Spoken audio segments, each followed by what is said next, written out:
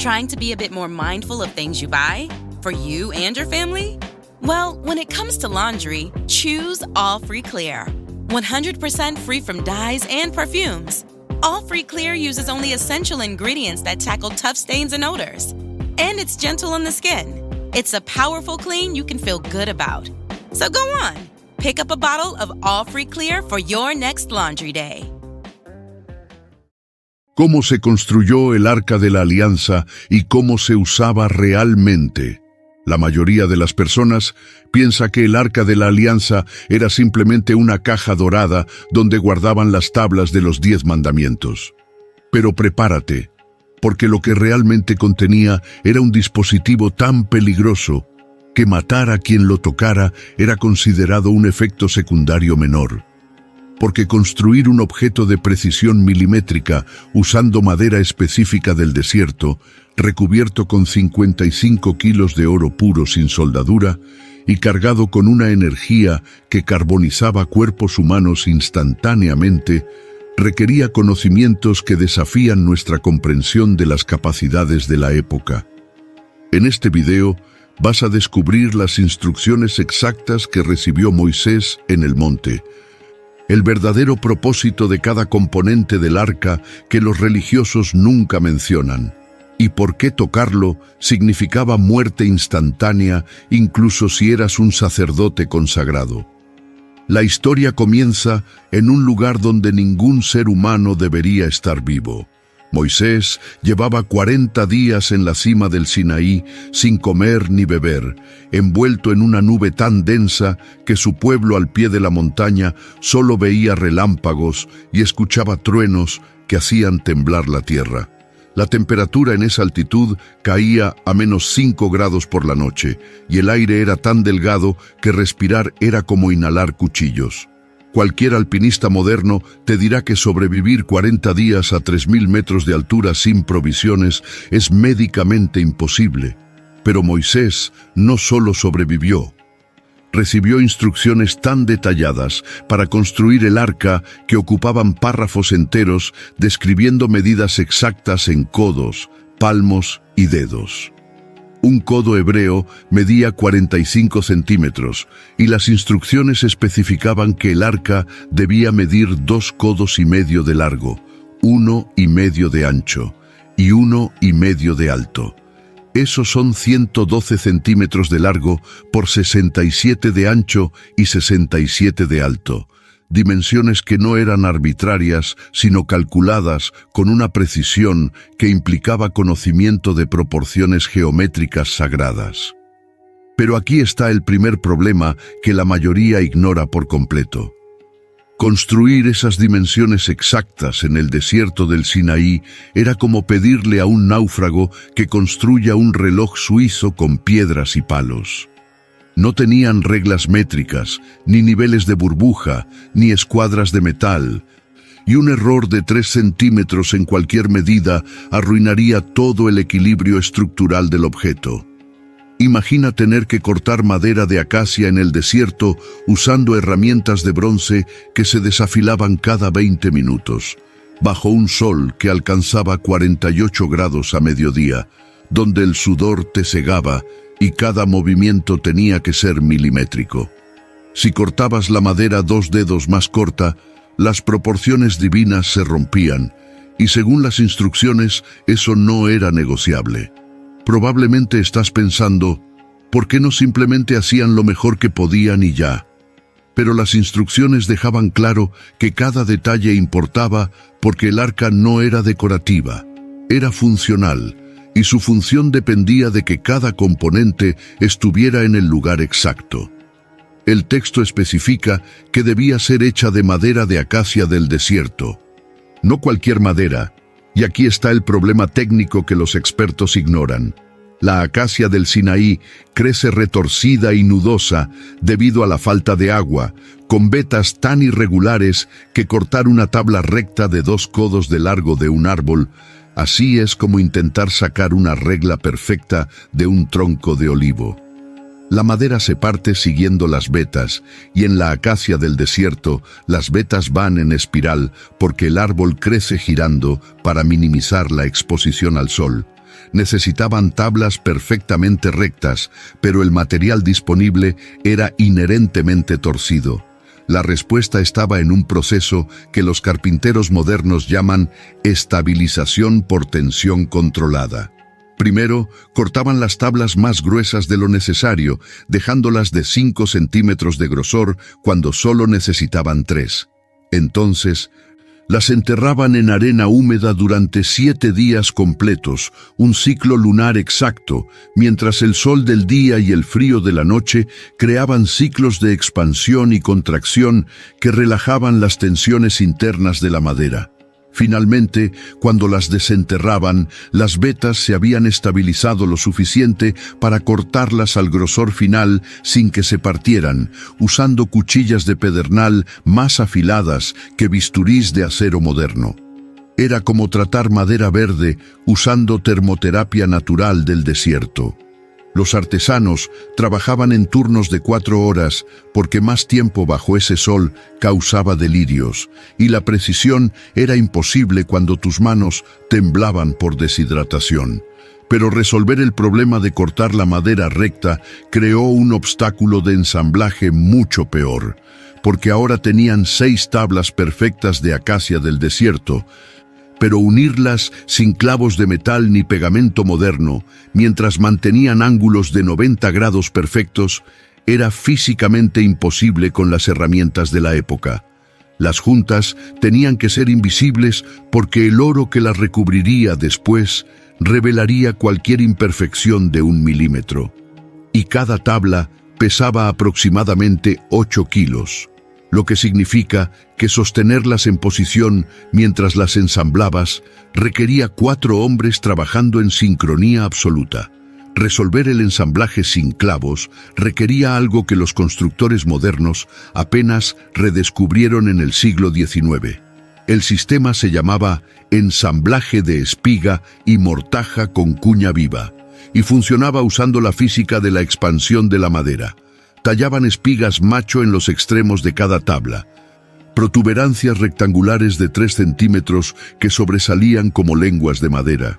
En las tablas receptoras tallaban mortajas hembra, ranuras exactas que recibían las espigas con una tolerancia de medio milímetro. Pero aquí está el genio que hace que ingenieros modernos se detengan cuando lo ven en templos antiguos. Las espigas no entraban fácilmente en las mortajas, tenías que golpearlas con un mazo de madera durante 20 minutos hasta que encajaran tan apretadas que el aire no pasaba entre ellas. Luego, insertaban cuñas triangulares de madera más dura en ranuras cortadas en las espigas, y cuando golpeaban esas cuñas, expandían la espiga dentro de la mortaja, creando una presión de 150 kilos por centímetro cuadrado.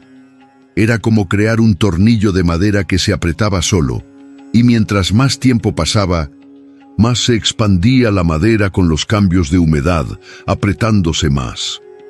Los carpinteros japoneses usan esta técnica para construir templos que han durado 1300 años sin un solo clavo. Cada junta tomaba 3 horas de trabajo meticuloso y había 12 juntas principales en la estructura del arca. Eso significa 36 horas de ensamblaje solo para unir las tablas, y cualquier error significaba desmontar todo y empezar de nuevo porque las espigas se desgastaban con cada intento. Pero ahora viene la parte que separa esta construcción de cualquier mueble ordinario. Las instrucciones especificaban que el arca debía ser recubierta con oro puro por dentro y por fuera, y aquí está el problema que hace que orfebres modernos cuestionen si es posible. El oro puro tiene una temperatura de fusión de 1064 grados centígrados. No puedes derretir oro y verterlo sobre madera porque la madera se carboniza a 300 grados. Necesitas aplicar el oro en láminas, pero las láminas de oro puro son tan delicadas que un suspiro las arruga. Tienen un grosor de 0.0015 centímetros. Y las instrucciones exigían que el recubrimiento fuera uniforme, sin burbujas, sin arrugas, sin espacios donde la madera quedara expuesta. Estás pensando, ¿Por qué no usaban pan de oro como hacen los artistas modernos? Pero el pan de oro decorativo tiene un grosor de 0.0001 centímetros, es 90% aire. Lo que necesitaban era lámina de oro estructural, lo suficientemente gruesa para soportar peso cuando los sacerdotes insertaran las varas de transporte. Necesitaban oro batido a un grosor de 0.02 centímetros, 500 veces más grueso que el pan de oro. Eso requiere batir lingotes de oro puro con martillos de piedra durante horas, hasta que un bloque de 10 centímetros se convierta en una lámina de 1 metro cuadrado. El proceso generaba tanto calor por fricción que el oro tenía que enfriarse en agua cada 50 golpes o se volvería quebradizo. Un artesano experto podía producir una lámina de oro de 60 centímetros cuadrados en un día completo de trabajo. El arca necesitaba aproximadamente 4 metros cuadrados de lámina de oro para cubrirla completamente por dentro y por fuera. Eso significaba que un solo artesano necesitaría 7 días trabajando sin parar. Pero había otro problema mucho más sutil que nadie anticipa. Cuando pegas lámina de oro sobre madera usando resina de árbol como adhesivo, la madera respira, se expande con humedad y se contrae con sequedad. El oro no respira, es metal inerte. Entonces, cuando la madera se expande, el oro se estira, y cuando se contrae, el oro se arruga como papel aluminio sobre un limón que se seca. En 6 meses de ciclos día-noche en el desierto, el recubrimiento de oro estaría lleno de burbujas y grietas. La solución estaba en un adhesivo que los egipcios usaban para momificar faraones, pero que nadie asocia con carpintería. Resina de terebinto mezclada con cera de abeja en proporción de 3 partes de resina por 1 de cera. La resina proporciona adherencia permanente, pero la cera proporciona flexibilidad.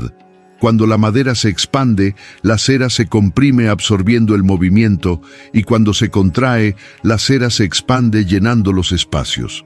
Calentaban la mezcla a 60 grados, exactamente la temperatura donde la cera se vuelve líquida, pero la resina mantiene su estructura. Aplicaban una capa de 1 milímetro de grosor sobre la madera usando pinceles de pelo de cabra. Esperaban 20 minutos hasta que se volviera pegajosa pero no seca, y entonces presionaban la lámina de oro. Usaban rodillos de piedra pulida para eliminar burbujas de aire, trabajando desde el centro hacia los bordes con presión constante de 2 kilos. El proceso tomaba 4 horas por panel y había 10 paneles entre el interior y exterior del arca. 40 horas de trabajo de laminado de oro, donde un error significaba raspar todo el oro, limpiar la madera y empezar de nuevo. Y durante todo este tiempo, los artesanos trabajaban en un tabernáculo sin ventanas porque una ráfaga de viento podía arruinar 3 días de trabajo. Respiraban humo de lámparas de aceite de oliva durante 10 horas diarias, tosiendo resina caliente mientras sus ojos lloraban por el calor. Pero recubrir el arca era apenas el principio del verdadero desafío técnico, porque ahora tenían que crear algo que ningún artesano moderno intentaría sin maquinaria de precisión láser. La cubierta del arca, llamada propiciatorio, no era una simple tapa. Era una pieza de oro puro macizo donde se manifestaba algo que mataba instantáneamente a quien lo miraba sin autorización. Las instrucciones especificaban que debía ser de oro puro, del mismo tamaño que la tapa del arca, con 2 querubines de oro batido emergiendo de los extremos. Pero aquí está el detalle que cambia todo. Los querubines no podían ser piezas separadas, soldadas a la cubierta, tenían que ser batidos del mismo bloque de oro que la tapa. Un solo bloque de oro macizo de 112 centímetros de largo por 67 de ancho.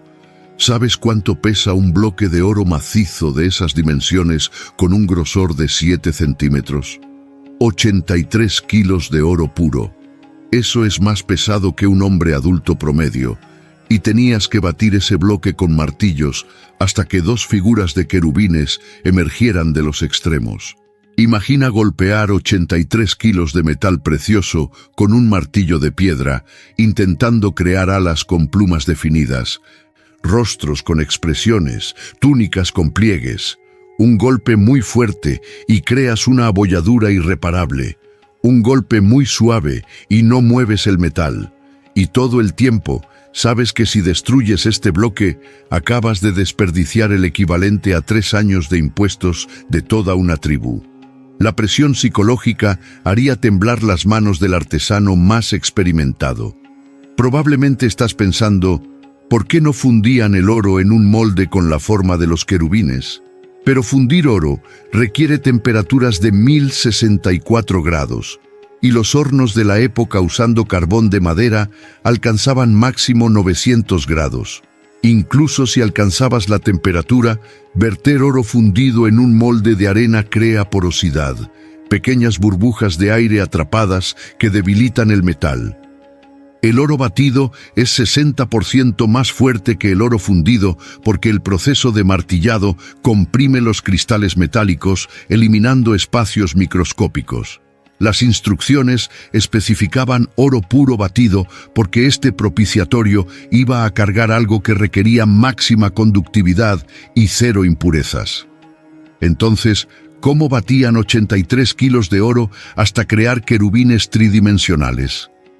La respuesta estaba en una técnica llamada formado por repujado progresivo. Primero, dibujaban el diseño completo de los querubines en la superficie del oro usando un punzón de cobre duro. Luego, trabajaban desde la parte trasera del bloque, golpeando el oro con martillos de madera cubiertos con cuero para abombar el metal hacia el frente. Golpeas 1 milímetro a la vez, creando elevaciones microscópicas que, después de 10.000 golpes, forman el contorno de un ala. Entonces, volteas el bloque y trabajas desde el frente, refinando detalles usando cinceles de bronce de diferentes grosores. El trabajo requería 3 maestros artesanos trabajando en rotación de 6 horas durante 4 meses completos. Cada turno, uno golpeaba mientras otro sostenía y el tercero verificaba proporciones usando cuerdas marcadas. Era como esculpir usando solo golpes controlados, donde cada impacto movía el metal menos de medio milímetro. Y durante todo este tiempo, el oro tenía que ser recocido cada 3 días. Recocer significa calentar el metal a 600 grados y dejarlo enfriar lentamente para que recupere maleabilidad. Porque batir endurece el oro por compresión de cristales y después de 72 horas de martillado se vuelve tan duro que el siguiente golpe lo agrieta. Calentarlo lo ablanda de nuevo, pero cada ciclo de recocido corre el riesgo de derretir secciones delgadas que ya habías trabajado. Los artesanos dormían 4 horas por noche durante esos 4 meses, y sus manos desarrollaban callos de 1 centímetro de grosor. Pero crear los querubines de oro macizo era solo preparar el escenario para lo que vendría después. Porque el propiciatorio con sus querubines no era decorativo, era el componente más crítico de un sistema que la Biblia describe con palabras que suenan a tecnología avanzada, disfrazada de teología. El texto dice que entre los 2 querubines, sobre el propiciatorio, aparecía algo llamado la gloria, una manifestación visible que brillaba con intensidad que cegaba. Y aquí está el detalle que hace que físicos modernos especulen si están leyendo la descripción de un fenómeno eléctrico. Los querubines no podían tocarse entre sí, pero sus alas tenían que estar tan cerca que el espacio entre ellas era de exactamente 1 palmo. Un palmo hebreo mide 7.5 centímetros. Mantenías 2 objetos conductores de oro puro separados por 7.5 centímetros en un ambiente de desierto donde la humedad relativa es del 5%. ¿Sabes qué fenómeno físico ocurre cuando tienes 2 conductores metálicos en un ambiente seco con separación exacta? Acumulación de carga estática con potencial de descarga en arco. El aire del desierto es tan seco que cada movimiento de tela genera electricidad estática, y el oro es uno de los mejores conductores de electricidad conocidos. This episode is brought to you by Netflix's Remarkably Bright Creatures. What if a Pacific octopus held the key to a mystery that could heal your heart? Well, that's Tova's reality. An elderly widow working at an aquarium. Tova forms an unlikely friendship with the curmudgeonly Marcellus, whose remarkable intelligence leads her to a life-changing discovery. Remarkably Bright Creatures is now playing, only on Netflix. Suffering from dry, tired, irritated eyes? Don't let dry eyes win. Use Systane Pro. It hydrates, restores, and protects dry eyes for up to 12 hours. Systane Pro. Triple action dry eye relief. Si los querubines estaban posicionados como antenas separadas por 7.5 centímetros, y el arca estaba recubierta de oro por dentro y por fuera, creando una jaula de Faraday primitiva, entonces tenías las condiciones para acumular carga electrostática masiva. Pero eso suena a especulación moderna proyectada sobre texto antiguo, hasta que lees lo que pasaba cuando alguien tocaba el arca sin la preparación correcta. Un hombre llamado Usa extendió su mano para estabilizar el arca cuando los bueyes tropezaron durante el transporte. El texto dice que murió instantáneamente en el momento exacto en que sus dedos tocaron el oro. No se enfermó y murió días después. No fue castigado más tarde, instantáneamente, como si hubiera recibido una descarga eléctrica de voltaje letal. Los registros describen que su cuerpo quedó quemado y los sacerdotes tuvieron que usar varas de madera para moverlo porque nadie más podía tocarlo. Eso suena exactamente como un cadáver electrocutado que mantiene carga residual. Las instrucciones para transportar el arca especificaban que solo podía ser movida usando varas de madera de acacia recubiertas de oro insertadas en anillos, también de oro, en las esquinas. La madera es aislante eléctrico. Los sacerdotes que cargaban las varas tenían que usar vestimentas específicas hechas de lino con hilos de oro trenzado. El lino conduce humedad, pero no electricidad, y los hilos de oro estaban conectados a tierra mediante cordones que arrastraban por el suelo. Era literalmente un sistema de puesta a tierra eléctrica disfrazado de vestimenta ceremonial. Y las instrucciones especificaban que antes de tocar las varas, los sacerdotes tenían que lavarse completamente con agua. Agua pura es mal conductor, pero agua con minerales del desierto conduce electricidad perfectamente.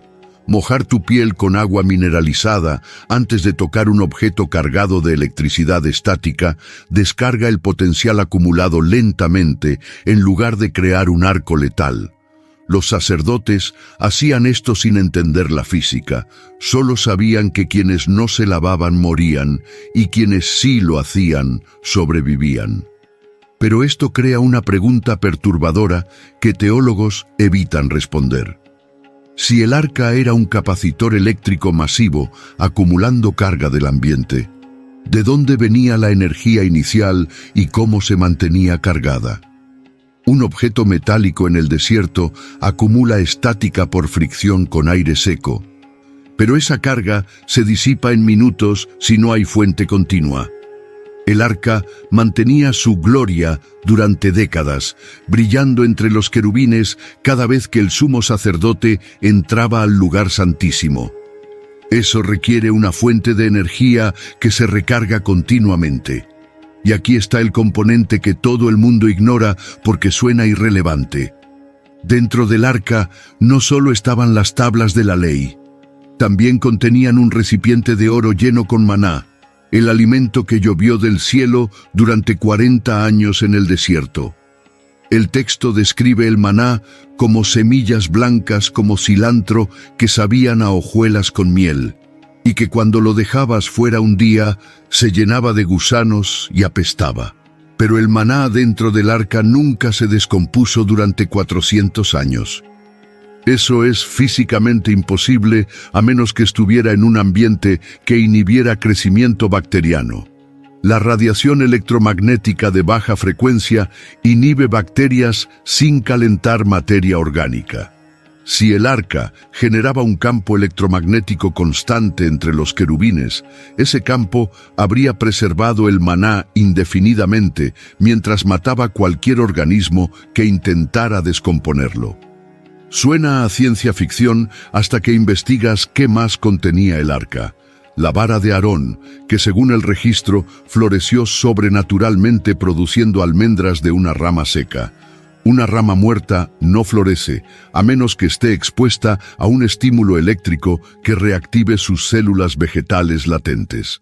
Los botánicos modernos pueden hacer que semillas de 1000 años germinen usando pulsos eléctricos de frecuencia específica.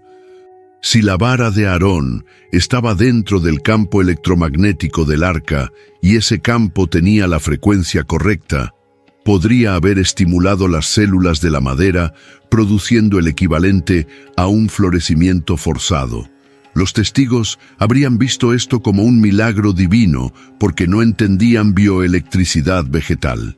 Pero resolver el misterio de cómo el arca generaba energía crea un problema teológico mucho más profundo. Porque si era tecnología avanzada disfrazada de objeto religioso, entonces la pregunta obvia es: ¿quién tenía el conocimiento para diseñarla? Las instrucciones vinieron de Moisés después de 40 días en el monte, donde el texto dice que vio el modelo celestial del arca. La palabra hebrea usada es tavnit, que significa plano arquitectónico o prototipo. No vio una visión mística, vio planos de construcción. Y esos planos especificaban medidas en codos y palmos que corresponden a proporciones geométricas que los griegos descubrirían 500 años después. La proporción largo-ancho-alto del arca es 5:3:3. Esa proporción crea un rectángulo áureo cuando proyectas las dimensiones, una relación que aparece en arquitectura avanzada desde el Partenón hasta la Gran Pirámide. Nadie en 1300 antes de la Era Común usaba geometría áurea intencionalmente, pero el arca la incorporaba en su diseño fundamental. Los anillos de oro donde se insertaban las varas estaban posicionados exactamente en el centro de gravedad del objeto cargado.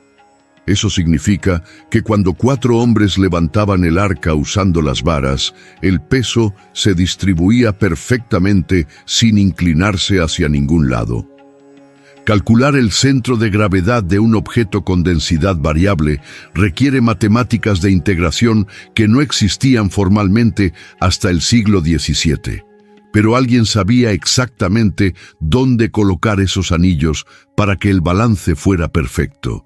Y las dimensiones de los querubines tampoco eran arbitrarias. Sus alas extendidas creaban una envergadura total que era exactamente la mitad del largo del arca. Cuando los posicionabas en los extremos del propiciatorio mirándose uno a otro, sus alas formaban un ángulo de 60 grados. 60 grados es el ángulo de un triángulo equilátero, la figura geométrica más estable que existe. Si trazas líneas desde las puntas de las alas hasta el centro del espacio entre los querubines, formas un triángulo perfecto cuyo centro es exactamente donde aparecía la gloria. Eso no es coincidencia, es diseño de ingeniería de precisión.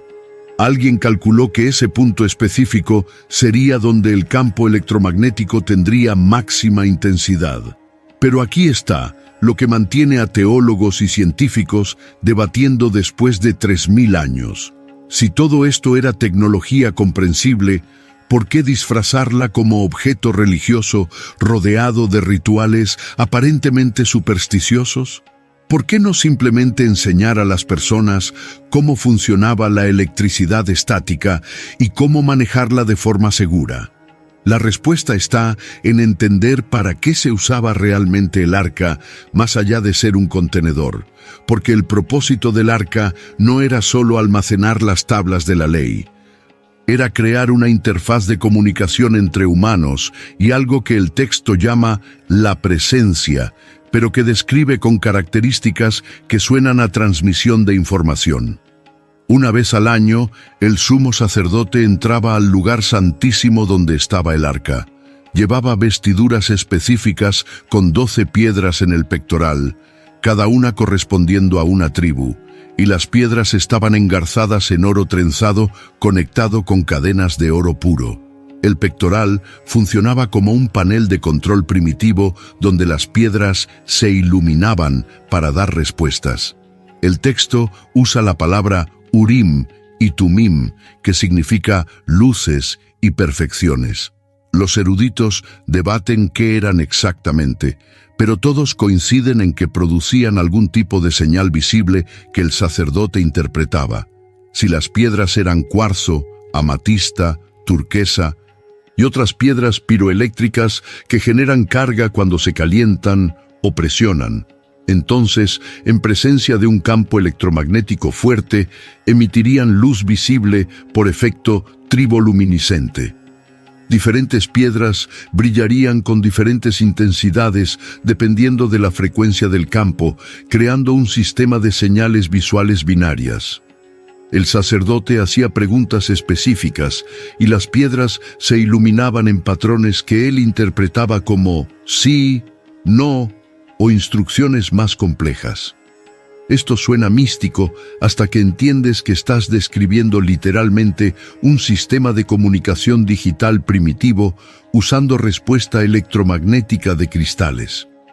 Pero usar el arca como interfaz de comunicación requería protocolos específicos que, si no se seguían exactamente, resultaban en muerte. El sumo sacerdote tenía que quemar incienso específico antes de acercarse al arca. La receta del incienso incluía especias aromáticas, pero también minerales que cuando se queman producen humo conductor. Cloruro de sodio, nitrato de potasio, resinas con alto contenido de aceites volátiles. Cuando este humo llenaba el lugar santísimo, creaba una atmósfera ionizada que disipaba carga estática gradualmente. Es el mismo principio que barras antiestáticas en fábricas de electrónicos modernas usan, solo que ellos usaban químicos en lugar de metal aterrizado. El sacerdote también llevaba una cuerda de lino atada al tobillo que salía por debajo de la cortina del lugar santísimo. Si moría dentro por descarga eléctrica, nadie más podía entrar a recuperar el cuerpo sin morir también. Entonces, jalaban la cuerda para sacarlo sin tener que cruzar el umbral. Esto no era superstición, era protocolo de seguridad eléctrica documentado en textos ceremoniales como si fuera mandamiento divino. Y las instrucciones especificaban que el sacerdote tenía que entrar y salir caminando hacia atrás una vez que pasaba la cortina interior. Nunca dar la espalda al arca. ¿Por qué? Porque si el campo electromagnético era direccional, proyectándose desde el espacio entre los querubines, entonces tu pecho cubierto con el pectoral de piedras y metal absorbía la radiación. Dar la espalda exponía tu columna vertebral y órganos vitales sin protección. El pectoral funcionaba como escudo electromagnético primitivo mientras permitía que las piedras interactuaran con el campo para producir señales. Resolver el misterio de cómo se usaba el arca crea una pregunta final que nadie puede responder satisfactoriamente. Si era tecnología real, documentada con precisión en textos antiguos, ¿dónde está ahora?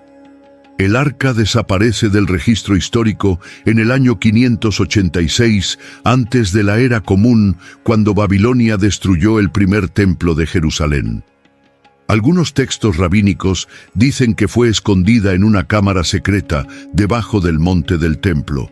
Otros dicen que fue llevada a Etiopía y se guarda en una iglesia donde un guardián solitario la protege, pero nadie puede verla. Hay teorías de que los templarios la encontraron durante las cruzadas y la llevaron a Europa, que está en un almacén del Vaticano, que se hundió en el Mar Muerto. Pero aquí está el detalle que hace que estas teorías sean problemáticas. El arca pesaba aproximadamente 300 kilos cuando estaba completamente ensamblada con el oro, las varas, el propiciatorio y su contenido. Eso requiere 8 hombres para transportarla de forma segura. No puedes simplemente esconderla en una cueva sin dejar rastros de caminos, marcas en piedra, testimonios de testigos. Y si realmente contenía un campo electromagnético activo, entonces habría evidencia de radiación residual en cualquier lugar donde se almacenara durante siglos. Piedras calcinadas, metal fundido, alteraciones en estratos geológicos. Los arqueólogos han excavado cada centímetro del monte del templo y no han encontrado nada parecido. Entonces, ¿qué pasó realmente con el Arca de la Alianza? La respuesta más probable es que fue destruida intencionalmente antes de que los babilonios llegaran. Porque aquí está lo que los registros históricos sí documentan claramente. El rey Josías, 18 años antes de la destrucción del templo, hizo reformas religiosas masivas, destruyendo todo objeto de culto que consideraba inapropiado. Destruyó postes sagrados, altares, imágenes, cualquier cosa que la gente pudiera adorar además del Dios único. Y hay un versículo específico donde ordena a los levitas devolver el arca al templo, lo que implica que había sido removida. Algunos eruditos interpretan esto como que la escondió. Otros interpretan que la desmanteló para evitar que se convirtiera en objeto de idolatría. Si el arca era funcional y la gente había comenzado a adorarla como objeto mágico en lugar de usarla según su propósito original, entonces destruirla era coherente con eliminar cualquier intermediario entre humanos y Dios. Pero si fue destruida, eso significa que 83 kilos de oro puro del propiciatorio, 55 kilos del recubrimiento y todo el oro de los anillos y querubines fue fundido. 140 kilos de oro puro derretidos y reformados en lingotes que entraron a la economía de Jerusalén. Esa cantidad de oro habría financiado ejércitos, construcciones, habría dejado rastro económico en registros comerciales. Pero no hay evidencia de una afluencia súbita de oro en ese período, lo que sugiere que si el arca fue desmantelada, el oro fue escondido o usado para algún propósito que no quedó registrado. O la tercera posibilidad que nadie quiere considerar, que el arca nunca fue tan física como el texto sugiere, que las descripciones detalladas de construcción son metáforas de algo más complejo que el lenguaje antiguo no podía expresar directamente, que oro puro significaba conocimiento puro, que querubines con alas extendidas representaban la expansión de conciencia humana, que la gloria entre ellos era iluminación espiritual lograda mediante práctica disciplinada. Esta interpretación satisface a teólogos que ven todo como alegoría, pero frustra a arqueólogos que saben que otros objetos del templo eran perfectamente físicos. La mesa de los panes, el candelabro de oro, el altar de incienso, todos tenían dimensiones específicas, fueron construidos, usados y eventualmente saqueados o destruidos. ¿Por qué el arca sería diferente? Resolver este misterio requiere aceptar que probablemente nunca tendremos respuesta definitiva.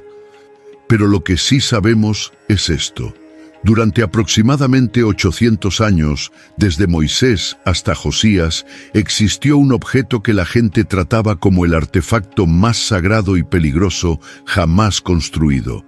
38.000 hombres murieron en una sola batalla cuando el arca fue capturada por enemigos, y la devolvieron después de 7 meses porque todos en su ciudad se enfermaban con tumores y plagas. 50.070 hombres murieron en Bet-Semes por mirar dentro del arca cuando fue devuelta. Ciudades enteras fueron destruidas cuando intentaron atacar lugares donde el arca estaba guardada. O había algo genuinamente peligroso en ese objeto, o el miedo colectivo era tan intenso que la gente se enfermaba y moría por efecto psicosomático. Pero el efecto psicosomático no explica cuerpos quemados instantáneamente al contacto. No explica tumores apareciendo en poblaciones enteras simultáneamente.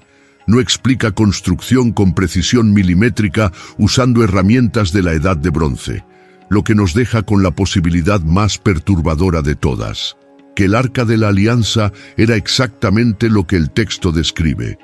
Un dispositivo tecnológico avanzado construido según instrucciones específicas que Moisés recibió de una fuente que tenía conocimientos que la humanidad no volvería a dominar durante 3000 años.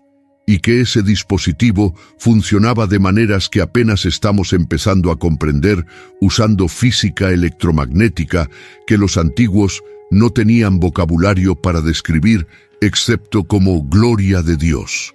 Que cuando el sumo sacerdote entraba al lugar santísimo y las piedras de su pectoral se iluminaban, estaba usando un sistema de comunicación cuántica basado en respuesta de cristales a campos electromagnéticos, que los protocolos de lavado, vestimentas específicas, incienso conductor, cuerdas de seguridad, no eran rituales religiosos, sino procedimientos de seguridad eléctrica codificados en lenguaje ceremonial. Que las muertes instantáneas no eran castigos divinos, sino electrocuciones por descargas de miles de voltios acumulados en un capacitor de oro gigante, y que todo este conocimiento fue intencionalmente ocultado en narrativa religiosa, porque la humanidad de ese tiempo no tenía marco conceptual para entender electricidad, electromagnetismo o bioelectricidad vegetal. Entonces lo llamaron milagro. Lo envolvieron en ritual, lo protegieron con tabú. Y funcionó durante 800 años hasta que alguien decidió que era demasiado peligroso o demasiado poderoso para existir. Pero aquí está lo que me mantiene despierto pensando en esto. Si las instrucciones para construir el arca están documentadas con tanta precisión en textos que han sobrevivido 3000 años, entonces técnicamente alguien podría reconstruirla hoy usando exactamente las mismas especificaciones. Madera de acacia del desierto, oro puro batido, proporciones exactas, querubines formados del mismo bloque. Los materiales existen, las técnicas de construcción pueden replicarse, la física electromagnética es comprensible ahora. ¿Qué pasaría si alguien realmente construyera una réplica exacta siguiendo cada instrucción al pie de la letra? ¿Se iluminaría el espacio entre los querubines? Choice Hotels get you more of what you value. Comfort Inn, it's calling your name. Save on the stay. Oh, and free waffles are yours to claim. Book direct at choicehotels.com. ¿Acumularía carga eléctrica matando a quien la tocara sin protección? ¿Las piedras de cuarzo y amatista en un pectoral réplica se iluminarían en presencia del campo electromagnético? Nadie lo ha intentado seriamente porque requeriría años de trabajo artesanal, cientos de miles de dólares en oro puro y el riesgo de que absolutamente nada suceda al final. O peor, que algo sí suceda.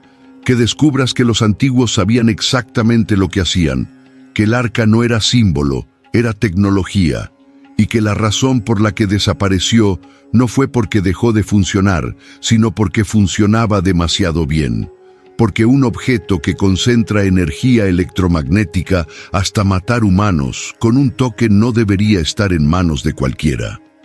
Y tal vez quien sea que tomó la decisión de destruirla o esconderla permanentemente sabía algo que nosotros hemos olvidado, que hay conocimientos que la humanidad no está lista para manejar responsablemente, que hay tecnologías tan peligrosas que es mejor que se pierdan en la historia, y que algunos misterios deberían permanecer sin resolver, no porque no podamos descifrarlos, sino porque descifrarlos podría costarnos más de lo que estamos dispuestos a pagar.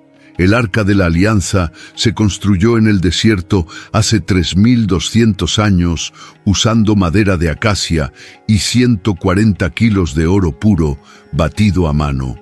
Mató a decenas de miles de personas a lo largo de 8 siglos.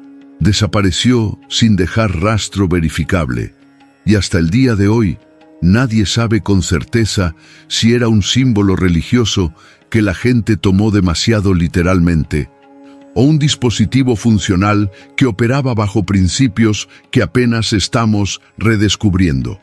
Lo que sí sabemos es que las instrucciones para construirla están ahí, documentadas con precisión de ingeniería en uno de los textos más estudiados de la historia humana, y que si alguien realmente quisiera probar si era tecnología o mito, podría intentar reconstruirla exactamente como el texto especifica. Pero hasta ahora, nadie lo ha hecho. Y tal vez esa sea la señal más clara de todas, que hay cosas en textos antiguos que preferimos mantener como misterio en lugar de arriesgarnos a descubrir que eran literalmente verdad.